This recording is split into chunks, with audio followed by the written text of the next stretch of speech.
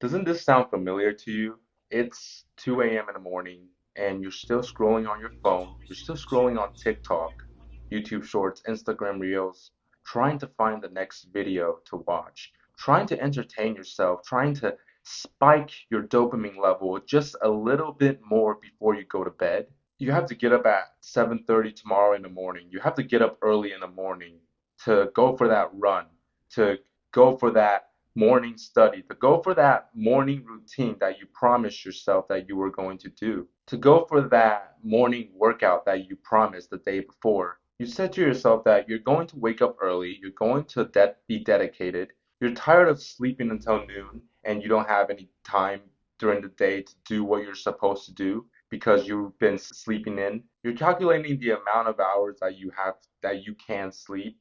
If you just watch one more YouTube video, morning comes around, the alarm goes off, you hit snooze, you snooze again and again and again, promising yourself that just 5 more minutes, and by the time you know it, an hour has gone by and you missed your morning routine. But you have already set up yourself for failure because the night before, you've already set 15 different alarms 5 minutes apart from each other that you already know that you're going to hit snooze and promise yourself that you're going to sleep for 5 more minutes. You start to convince yourself maybe it wasn't worth it. Why would I get up and drag myself out of that comfortable bed to go for that morning run, to go for that morning routine, to go for the thing that I promised myself that I was going to do? Maybe it wasn't worth it for the goal. And you start to push it back to tomorrow. You wake up, did your morning routine like usual, and then you start to feel this sense of regret, this sense of failure, and you start to feel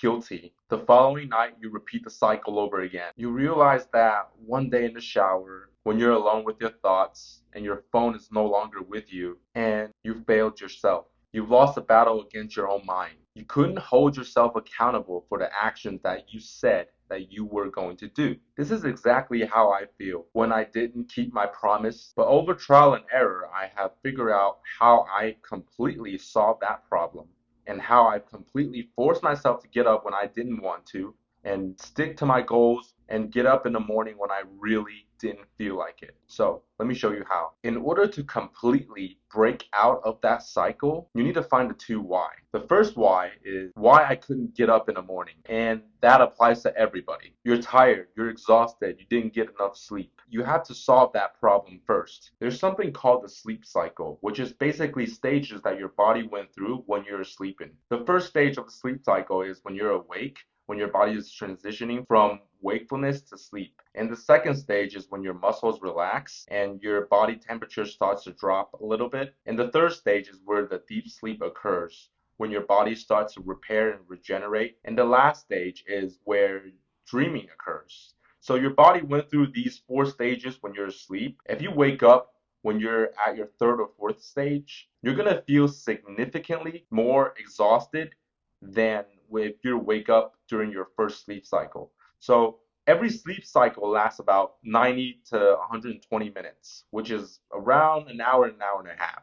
I figure out something that if you only sleep the even numbers, so that means like you sleep for 2 hours and you wake up, or you sleep for 4 hours, you wake up, you sleep for 6 hours, if you wake up, you sleep for 8 hours and you wake up, you're gonna feel refreshed. You're gonna feel less exhausted than you are if you sleep odd numbers. So for me, I always calculate the amount of times when I go to sleep and when I have to wake up. So I usually aim for 6 to 8 hours. Let's say if I sleep at 12 a.m. in the morning, I always try to set my alarm at 6 a.m. or 8 a.m. So if I do fall asleep at 12 a.m. and I'll wake up at 6 a.m., I will feel better than I did if I wake up at 7 a.m. or 5 a.m. So this is the first thing, the first problem that you're going to have to solve.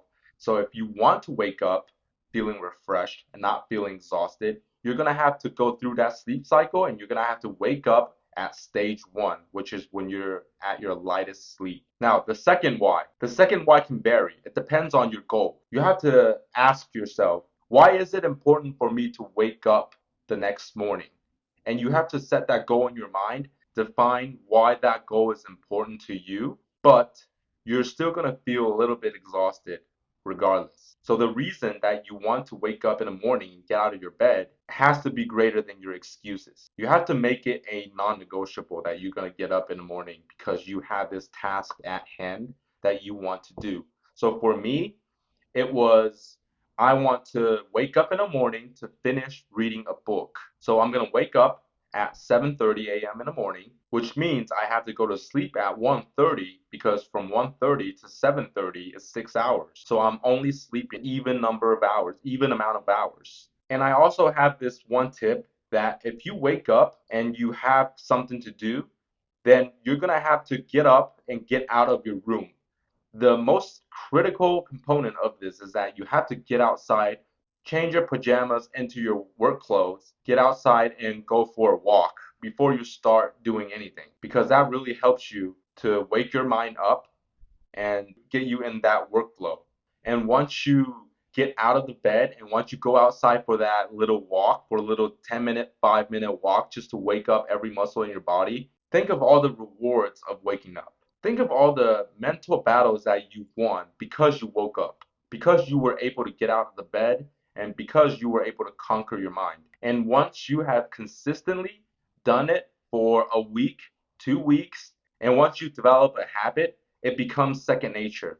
And another thing to do the night before, you promise yourself you're going to wake up the next morning, not thinking of if I should wake up or am I ready to wake up? Think about, am I ready to conquer the exhaustion that I'm going to feel when my alarm clock goes off? Prepare your mind to conquer that mental and physical exhaustion that you feel when you are exhausted. We all know how that feels, right?